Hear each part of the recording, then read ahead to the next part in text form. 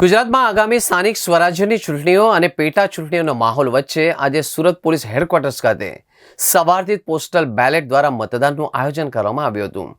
જે કર્મચારીઓ ચૂંટણીના દિવસે ફરજ પર હોવાના કારણે પોતાના મતદાન મથક પર જઈ શકતા નથી એવા પોલીસ કર્મીઓ અને સરકારી અધિકારીઓ માટે આ વ્યવસ્થા કરવામાં આવી છે।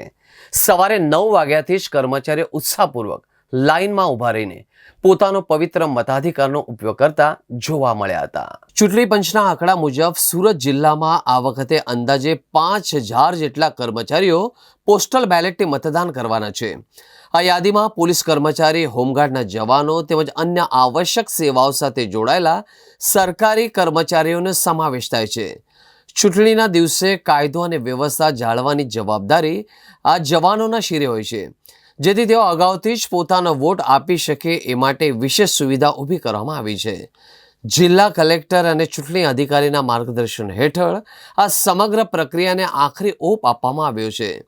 મતદાનની ગુપ્તતા જળવાય અને પ્રક્રિયામાં કોઈ ક્ષતિ ન રહી જાય એ માટે વહીવટી તંત્ર દ્વારા વિશેષ સાવચેતી રાખવામાં આવી રહી છે। મતકુટીર એટલે કે વોટિંગ કમ્પાર્ટમેન્ટની બહાર સંપૂર્ણ વિડીયોગ્રાફી કરવામાં આવી રહી છે।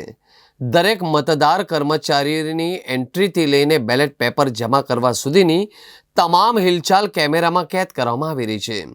કોઈ પણ અનિચ્છનીય બનાવ ન બને અને રાજકીય પક્ષોના પ્રતિનિધિઓ પણ પ્રક્રિયા પર નજર રાખી શકે એ માટે નિષ્પક્ષ વાતાવરણ તૈયાર કરવામાં આવ્યું છે।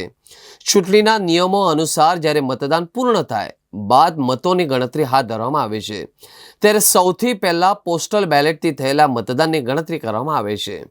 આથી જ આ મતો ઘણીવાર બેઠકના પરિણામનો ટ્રેન્ડ નક્કી કરવામાં મહત્વની ભૂમિકા ભજવે છે।